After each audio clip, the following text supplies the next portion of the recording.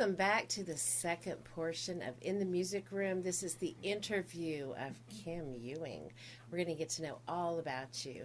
Oh. That being said, why don't you give us a synopsis of where you were born and raised and a little bit about your life? Born in Dallas, Texas. I think Baylor or St. Paul. What's the oldest one? That's the one I was born in. Yeah. Anyway, so lived there until I could leave there, which was about when I was 17. Mm-hmm. Went off to college, had a tennis scholarship. Pretty darn good tennis player. Good for you. A little bit more at you. How's that? Good. Is that better? Good, yeah. Okay. And let's see. Tennis. I did start, writing very early on, but they were more like poems, Mm-hmm. thoughts, journaling, that kind of thing. Mm-hmm. But there's singers in my family. My mom, every aunt that I have on her side, they're all piano players too. I never wow. could learn to play the piano because honestly, my mom got a little stand-up, upright pianos, and she paid her friend to come over and give me lessons. Well, I never got the lessons. She had her friend come over so they could sit over there in the corner and joke around. And I would just sit at that thing and try. I'm not a piano player. They are wonderful piano players. Yeah. So what made you gravitate towards the guitar? Because as I got a little older, I wanted to do something with the poems and the stuff I was writing. I wanted to put it to music. Mm-hmm. And I remembered that my brother played a guitar at one point, and I thought, okay, that's what I'll do. I'll try to learn to play the guitar.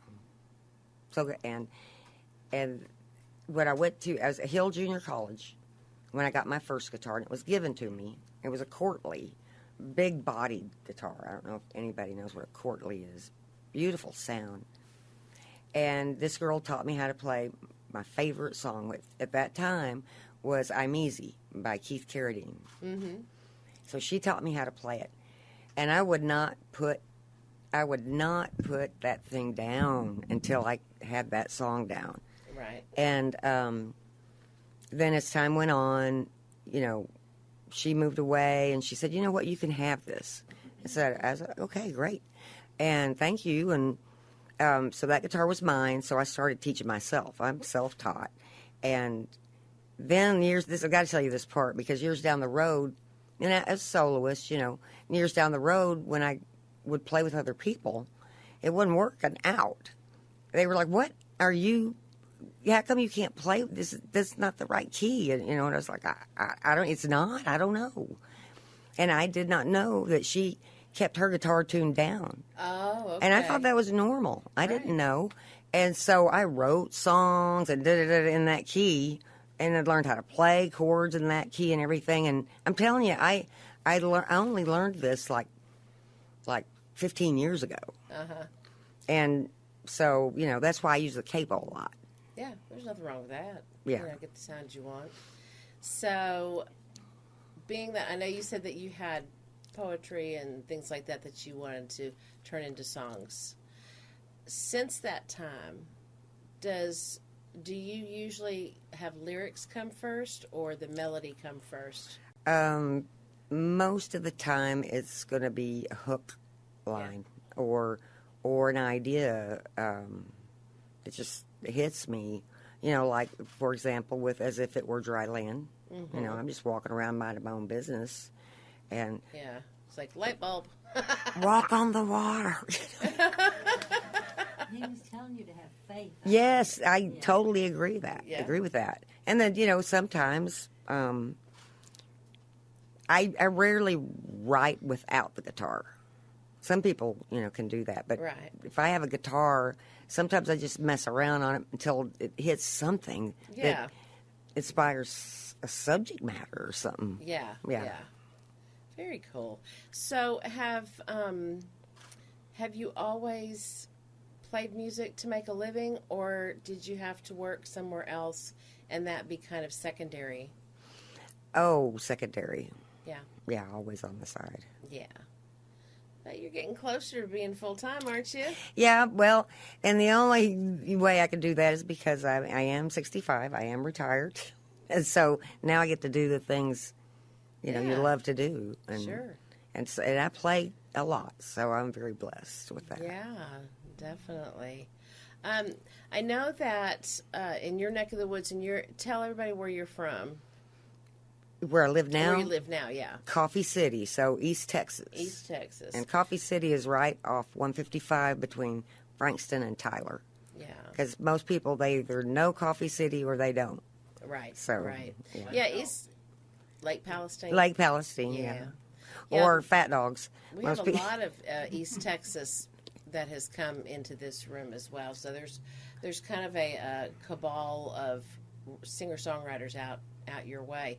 And is it Sherry Booth is another lady Yes. out that way? Yes. I'm sure. Are y'all pretty good friends? We're good friends, Yeah. yeah. We don't hang out a lot, but we have mutual respect for one another. And Right. and anytime she knows and I know, we will share our stage with each other. And we have, Cool. She still have her venue? her venue. I think she had a venue, didn't she? Songwriting venue? Oh, some no, sort? that's temporarily. Sherry, if you're listening, basing on what she's told me, it will be back. Oh, good. And she's doing a lot of refurbishing and making Yeah. it bigger and better. Right, right. So if you could play and sing or share a stage with anybody, who would that be? Wow, that's a good question. Somebody not as good as me. No. No, I mean, the reason that I started playing music, honestly, is the Carpenters. Second I heard that song, I stopped everything I was doing. The second I heard Close to You, I stopped everything, and it was like, who and what is that? Mm-hmm. And it was a dark time of my life, and when their music came out, it was not the norm. No. So it was Soft. refreshing, right? Yeah. And it brought a light into my life. And then I said, I want to do something that can at least come an iota close to how beautiful that is. Well, you have a beautiful voice, so. Thank you. Yeah. I was going to ask you who your vocal influences are and who your songwriting influences are. Because I was going to say Karen Carpenter.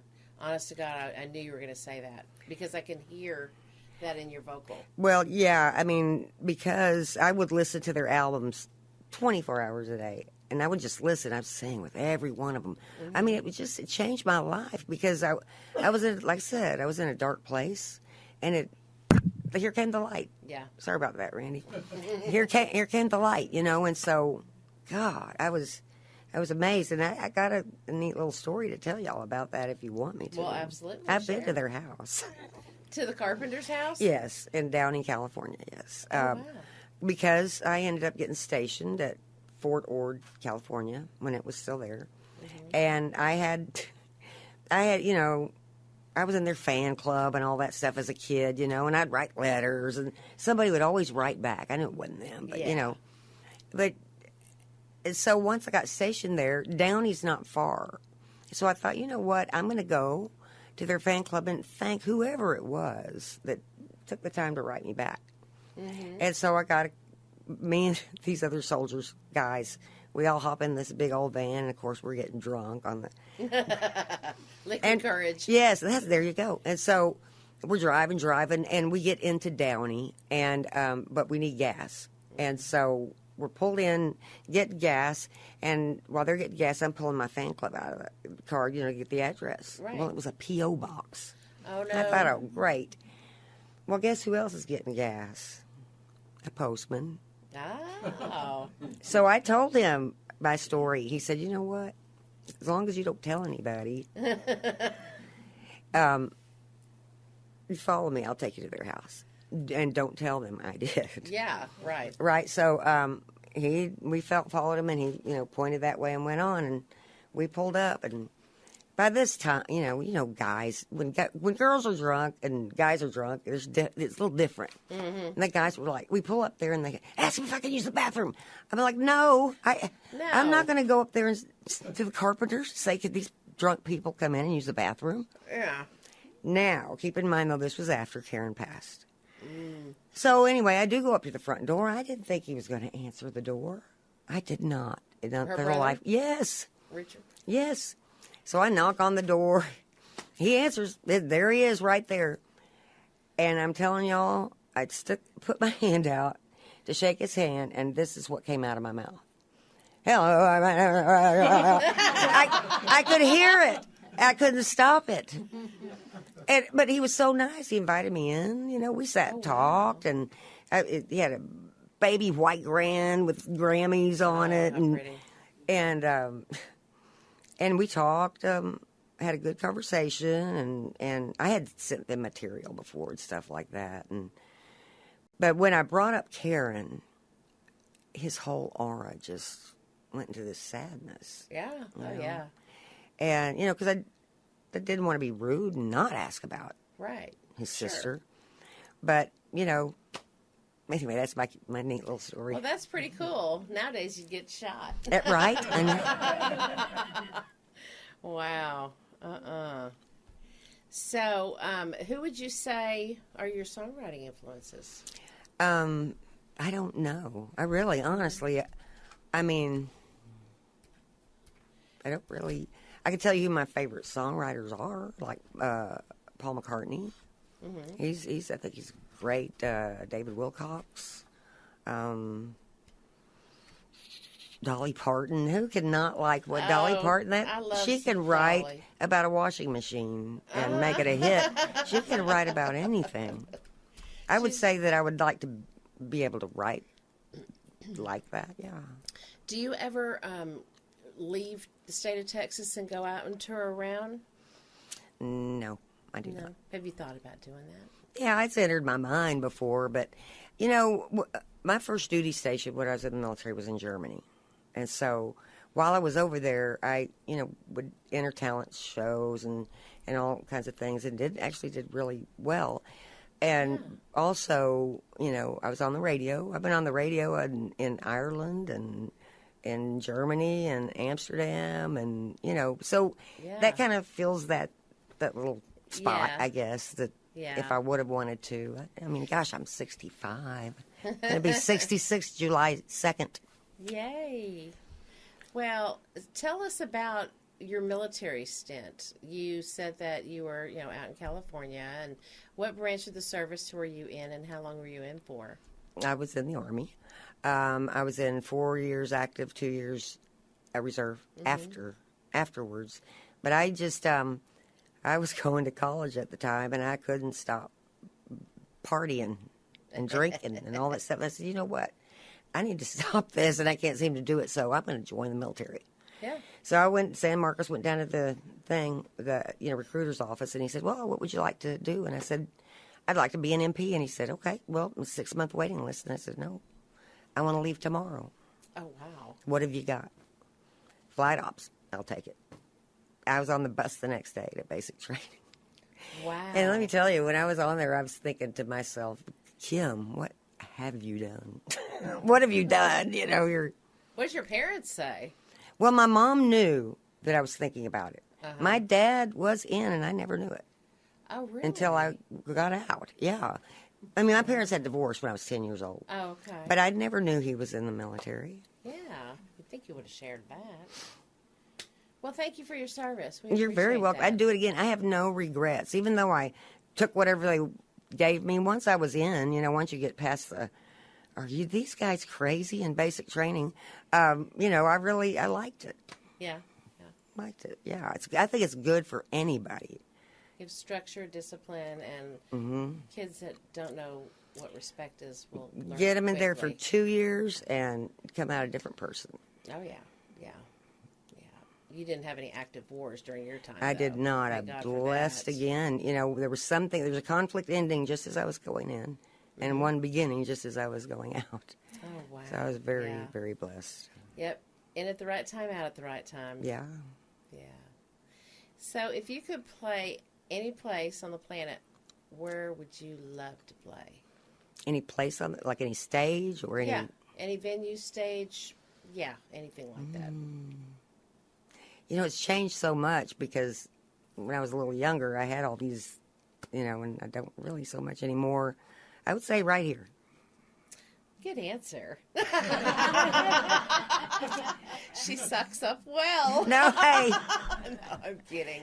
Well, I'm telling you, we love having you here, and this is a place that Randy and I took the time to create for people like you, and so that you can get your music out there and yourself out there, and there's so much untapped talent. It needs to be So heard. much, So, yeah.